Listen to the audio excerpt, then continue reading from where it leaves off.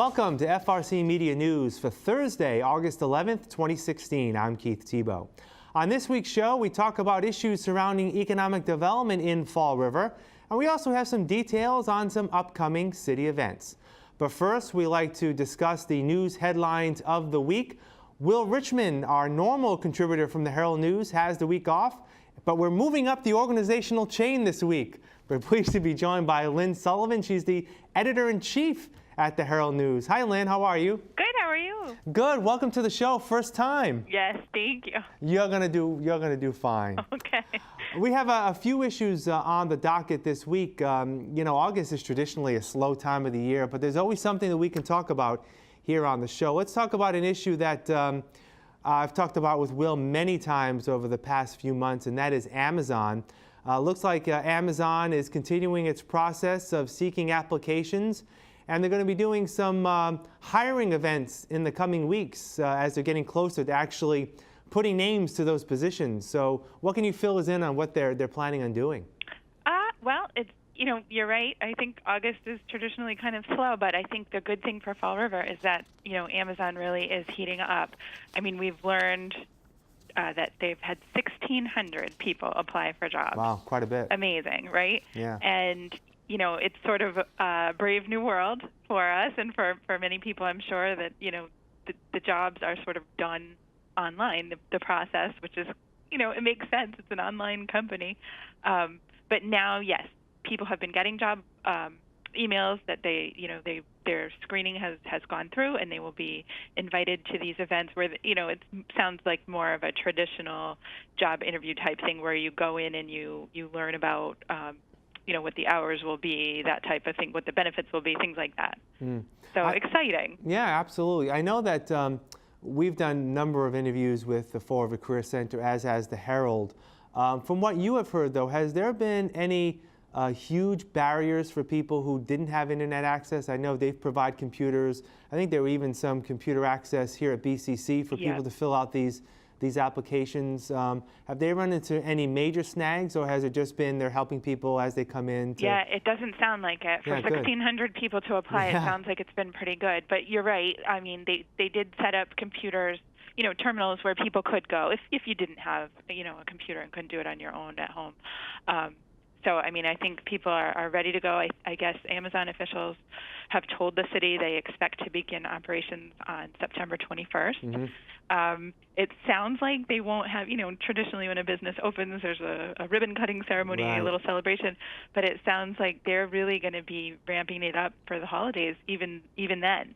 So, because I guess, for them, Christmas is their Christmas. So right, exactly. I guess they'll be busy. So they said, maybe they'll have some type of celebration in the spring. Yeah, exactly. So obviously, with a little more than a month to go, these jobs need to be filled, and we'll follow along with you as the process moves forward. Yep. I want to shift a little bit. You had a story in today's paper about the Redevelopment Authority.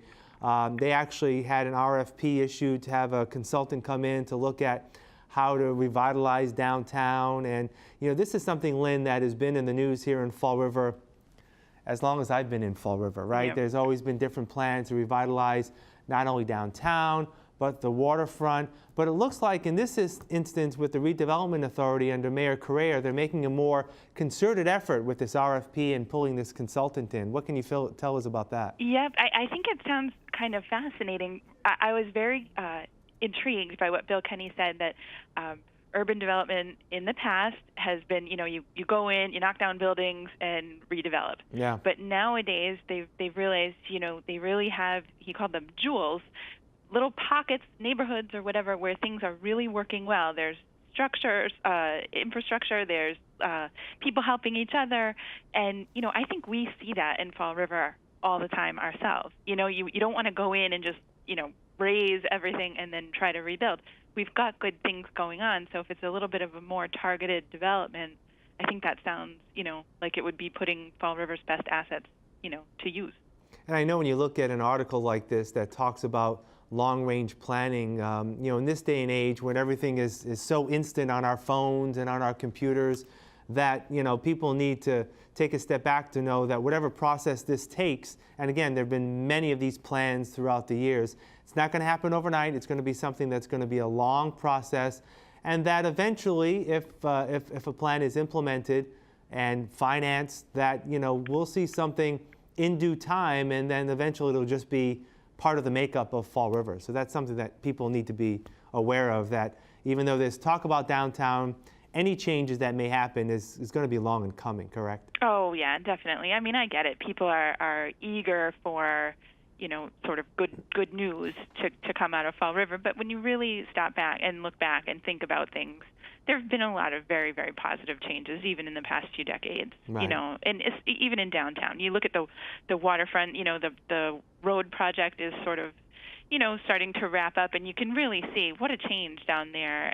But even in the downtown area, I mean, I remember back before the courthouse was built, and everybody was sort of skeptical. But I mean, look at it; it's an impressive structure. So, Right. I mean, yes, things take time, but good things are happening. All right. Finally, what I want to touch upon today, we haven't touched a lot about the presidential election, because Massachusetts is a state that is traditionally a blue Democratic state, and if you look at the polls, we'll probably vote Hillary Clinton this time of year. And Massachusetts rarely gets, maybe during the primary season we had a couple of visits from the candidates, but normally in the fall, when the election is to be decided, we rarely see a presidential candidate come to Massachusetts, or specifically the South Coast. I believe Bill Clinton came, I believe it was 1996, to the area.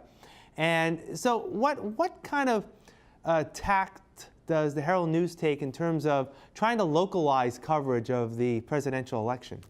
Well, I'm sure, it's one of the things that schools are very interested in. I know I've got a daughter who's going to be a sophomore at Somerset Berkeley, and I know they've already started talking quite a bit about the election. So I'm sure that there will be plenty of things happening sort of on a more local level like that, of what that kids are learning and stuff. But boy, oh boy, I feel like this is a brave new world here too with this election. Right. There's a lot of interesting stuff happening. So, but I think any ways that you can make the big issues that the candidates are talking about, bring that home. Like, Right. what would that mean?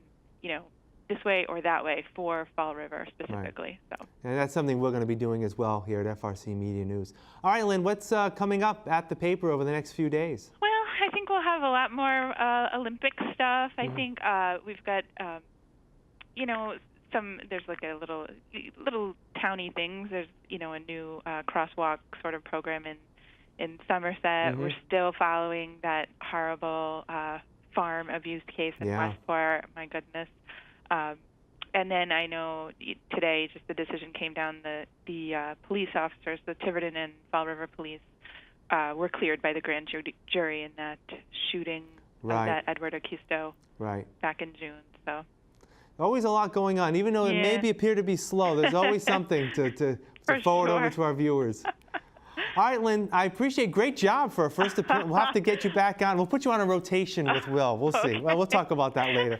Have a great weekend. All right, Thank you. Thank you. Bye-bye. All right, we'll have more FRC Media News right after this. Here are some job descriptions on the latest hot job list from the Fall River Career Center.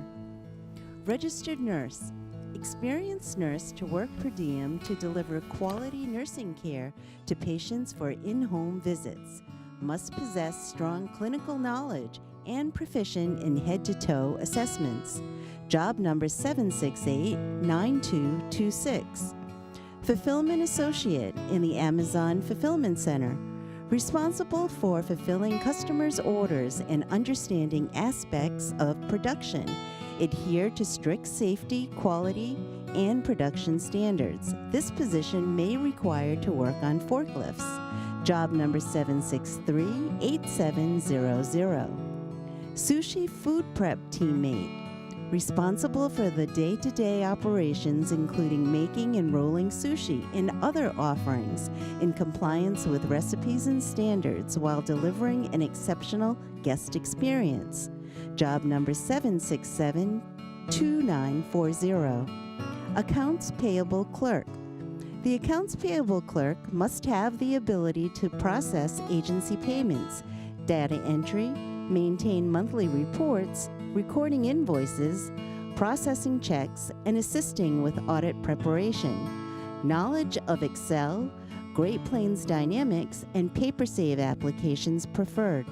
job number 769-4566. Business Systems Analyst.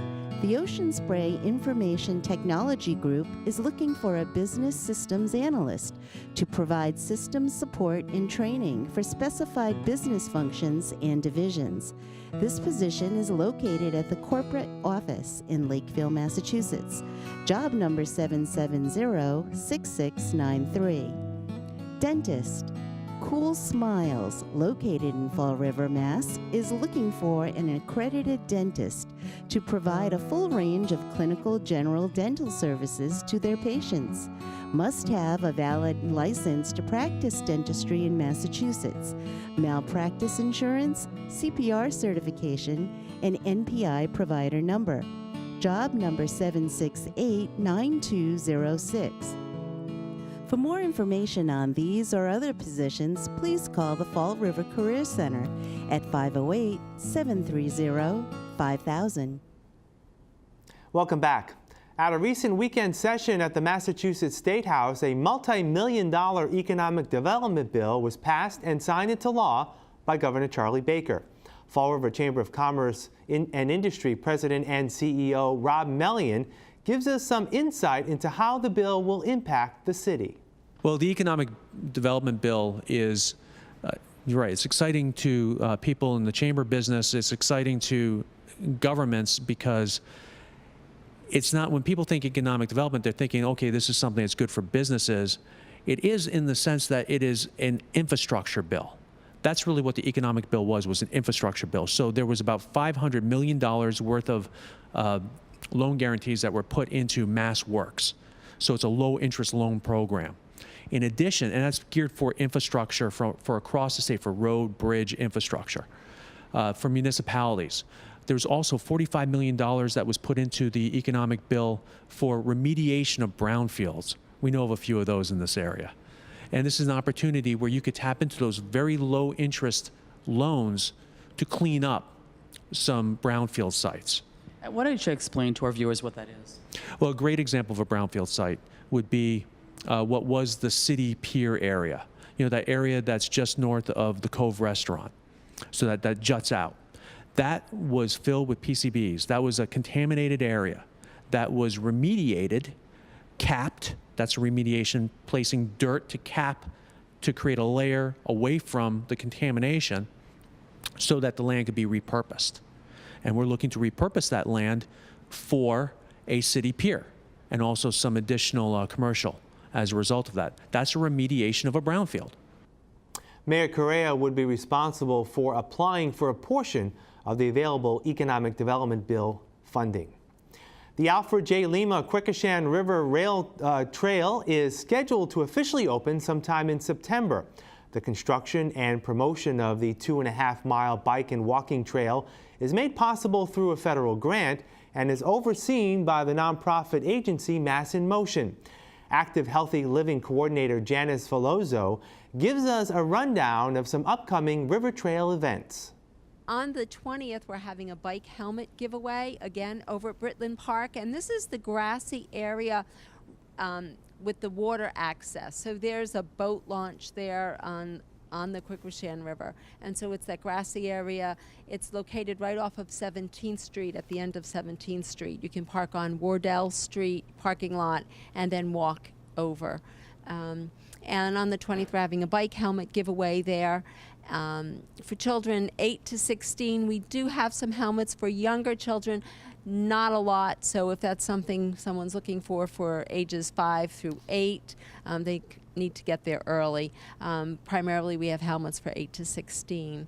On the 23rd, we're having painting in the park, or Yogart, and it's yoga and art for children, again, and their families. It's on a Tuesday, 10 in the morning till noontime. We have an art teacher, Holly Ferrier from Life Art Studio, and her assistant is coming down to teach kids yoga and how to take the yoga positions and translate them into art. So that should be fun. We'll have more FRC Media News right after this short break.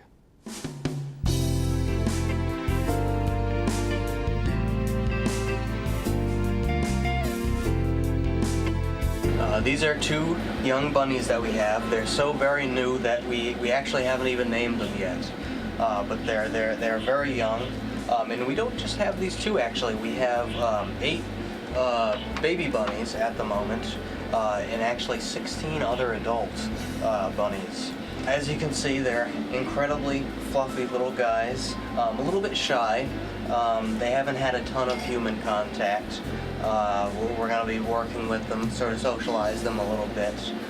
So if you have any interest at all, come on down and meet them. This is Dakota. Dakota is a 10-year-old medium hair. He originally comes from, or I should say he comes to us from a colony for cats. So he's very used to other cats if you yourself already have some cats. As I said, he's 10, so he's kind of a distinguished gentleman. So he's typically a very nice guy.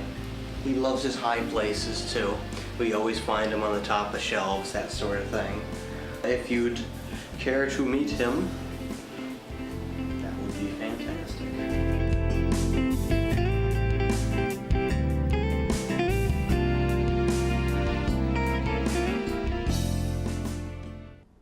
The concert by the Nightlife Orchestra that was slated to be held this weekend at the Fall River Historical Society has been canceled due to anticipated inclement weather, but will still be rescheduled. Meanwhile, Assistant Curator Dennis Bennett says the idea for the Historical Society to hold a concert series in the first place is an interesting one.